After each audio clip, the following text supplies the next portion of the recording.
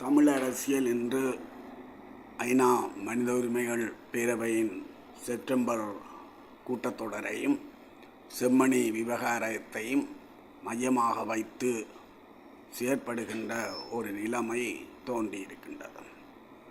ஐநா மனித உரிமைகள் பேரவையினுடைய கூட்டத்தொடர் தொடர்பாக தமிழ் தேசிய கட்சிகளும் சிவில் அமைப்புகளும் மதத் தலைவர்களும் இணைந்து அனுப்பிய கடிதத்திற்கு ஐநா மனித உரிமை ஆணையாளர் பதிலளித்திருக்கின்றார். அதில் அவர்கள் குறிப்பிட்ட முக்கியமான விவகாரமான பொறுப்புக்கூறல் விவகாரம் 2009க்கு பிறகு தோல்வியில் முடிவடைந்திருக்கிறது என்பதை ஐநா அமைப்புகள் ஏற்றுக்கொள்ள வேண்டும் என்ற கோரிக்கை ஒன்று விடுக்கப்பட்டது. அந்த கோரிக்கையை ஐநா மனித உரிமை ஆணையாளர் ஏற்றுக்கொண்டிருக்கின்றார். அந்த கோரிக்கை தன்னுடைய அறிக்கையில் பிரதிபலிக்கப்படும் என்று சொல்லியும் கூறியிருக்கின்றார். நீங்கள் கூறிய ஏனைய விடயங்கள் தொடர்பாக கரிசனை செலுத்துவதாகவும் அவற்றையும் தன்னுடைய அறிக்கையில் உள்ளடக்குவதற்கு முயற்சிப்பதாகவும் அவர் கூறியிருக்கின்றார். இந்த கட்சிகள் சிவில் அமைப்புகள் இணைந்து அனுப்பிய கடிதத்தில் 4 விடயங்கள் முக்கியமானவையாக இருந்தன. அதில் ஒன்று செம்மணி விவகாரம் சம்பந்தமானது.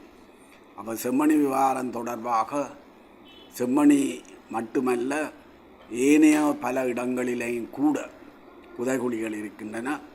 ஆகவே அந்த புதைகுழிகளை மீள அடையாளப்படுத்துவதற்கும் அகழ்ந்து எடுக்கப்படுகின்ற மனித எச்சங்களை பாதுகாப்பதற்கும் ஒரு சர்வதேச பொறிமுறை உருவாக்கப்படல் வேண்டும் என்ற கோரிக்கையை அவர்கள் அந்த கடிதத்தில் எழுப்பியிருந்தார்கள். இது மிக முக்கியமான கோரிக்கை. அதாவது அந்த அகழ்வு நடவடிக்கைகள் சர்வதேச நியமங்களின்படி நடைபெற வேண்டும் என்பதற்காகவும் அந்த எச்சங்களை வலுவாக பாதுகாக்க வேண்டும் என்பதற்காகவும் சர்வதேச பொறிமுறையை அவர்கள் வலுவாக வலியுறுத்தியிருந்தார்கள். உண்மையில் அது மிகவும் அவசியமானது என்று நான் நினைக்கின்றேன். ஏனென்றால் இந்த அகழ்வு செயற்பாட்டில் அரசாங்கம் விருப்பத்தோடு ஈடுபட்டது என்று சொல்லி கூறிவிட முடியாது. அரசாங்கத்துக்கு இன்றைக்கு 3 நிர்பந்தம் இருக்கிறது. ஒன்று, இது ஒரு நீதிமன்ற கட்டளை.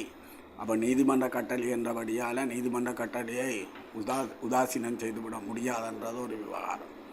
2வது, இதில் ஐநா மனித உரிமை ஆணையாளர் வந்து பார்வையிட்டிருக்கிறார் இந்த புதைகுழி அகழ்வு பிரதேசத்தை. ஆகவே இது ஒரு சர்வதேசமயப்பட்ட ஒரு விவகாரமாக இருக்கிறது.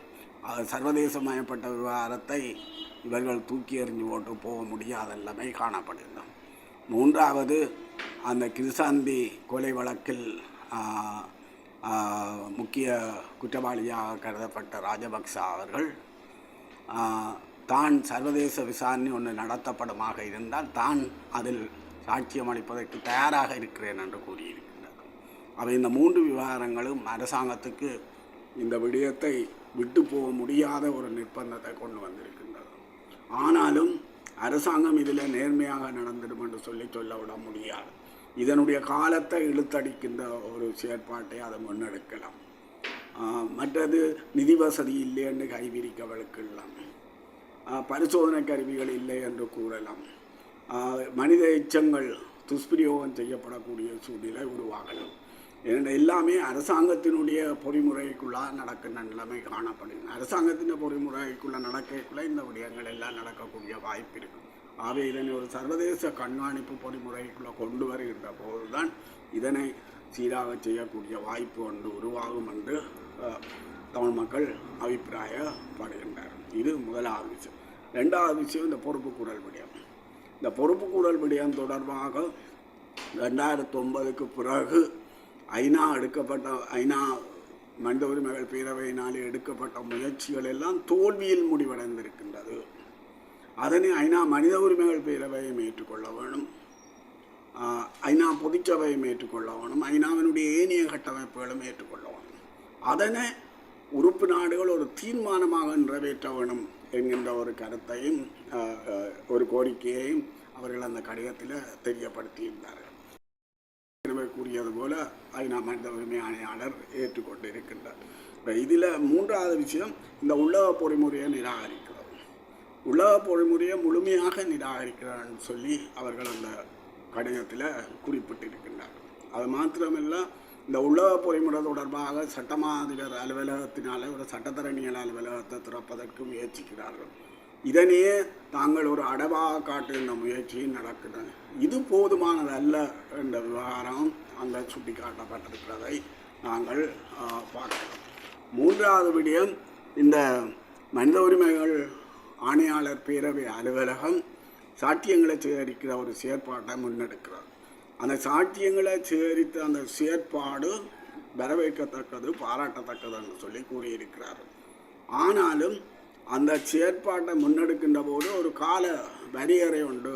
வரையறுத்து அந்த வரையறைக்குள்ளே அந்த செயற்பாடை நடக்கக்கூடியதாகும். அதே வேளையில் அந்த சாட்சியங்களை சர்வதேச குற்றவியல் நீதிமன்றத்துக்கும் ஐநா பொதுச்சபைக்கும் கொண்டு போகக்கூடிய சூழலை உருவாக்க வேண்டும் என்று சொல்லியும் அவர்கள் கேட்டிருக்கின்றார். இதுதான் அவர்களுடைய மூன்றாவது முக்கியமான விஷயம். நாலாவது இந்த குறிப்பாக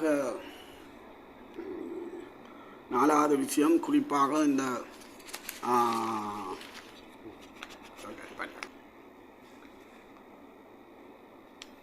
இந்த ஐநா பேரவைக்கு அனுப்பிய கடிதத்துக்கு தமிழரசு கட்சி பங்கு பெற்றாமலேயே ஐநா மனித உரிமை ஆணையாளர் அதில் கரிசனை செலுத்தி இருக்கின்றார்.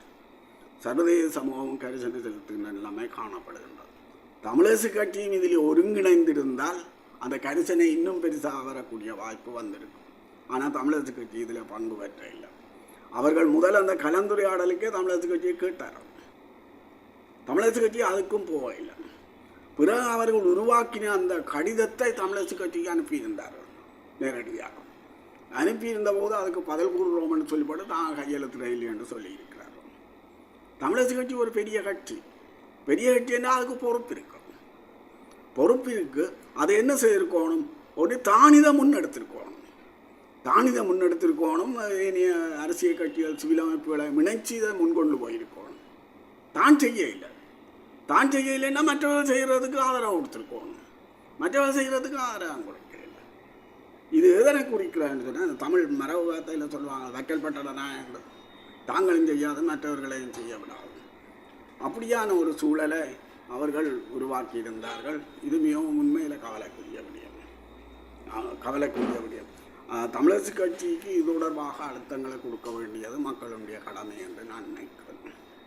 இதே வேளையில் சில அமைப்புகள் தங்களுடைய அனுமதி இல்லாமல் இந்த பெயர் பட்டியலில் சேர்த்திருக்கிறார்கள் என்று சொல்லி பகிரங்கமாக முறையிட்டிருக்கிறார்கள். அவர்களுக்கு நான் நினைக்கிறேன் இந்த நட்பு முரண்பாடு, பாவ முரண்பாடுன்றதுடைய வித்தியாசங்கள் தெரியாதுன்னு நினைக்கிறேன். இது நட்பு முரண்பாடாக இருந்தால் நேரடியாக அவர்களோட பேசி பிரச்சனையை தீர்த்திருக்கலாம். பகிரங்கத்துக்கு இதை கொண்டு போயிருக்கக்கூடாது. இதை பகிர்ந்து கொண்டு போன ஊடாக சுமந்திரன் குழுவினர் அதனை பயன்படுத்துவதற்கான ஒரு சூழலை அவர்கள் உருவாக்கி இருக்கிறார். இது நான் நினைக்கிறேன் வேண்டுமென்று செய்யப்பட்ட தவறாக நினைக்கையில் இதாவது தொழில்நுட்ப தவறாக இருந்திருக்கலாம். ஏனென்றால் நான் சார்ந்திருக்கின்ற சமூக விஞ்ஞான ஆய்வு மையத்தினுடைய அமைப்பினுடைய அனுமதியை பெறுவதற்காக அவர் 2 முறை என்னோட தொடர்பு கொண்டார். முதல் எனக்கு அறிக்கை அனுப்பியிருந்தார்கள்.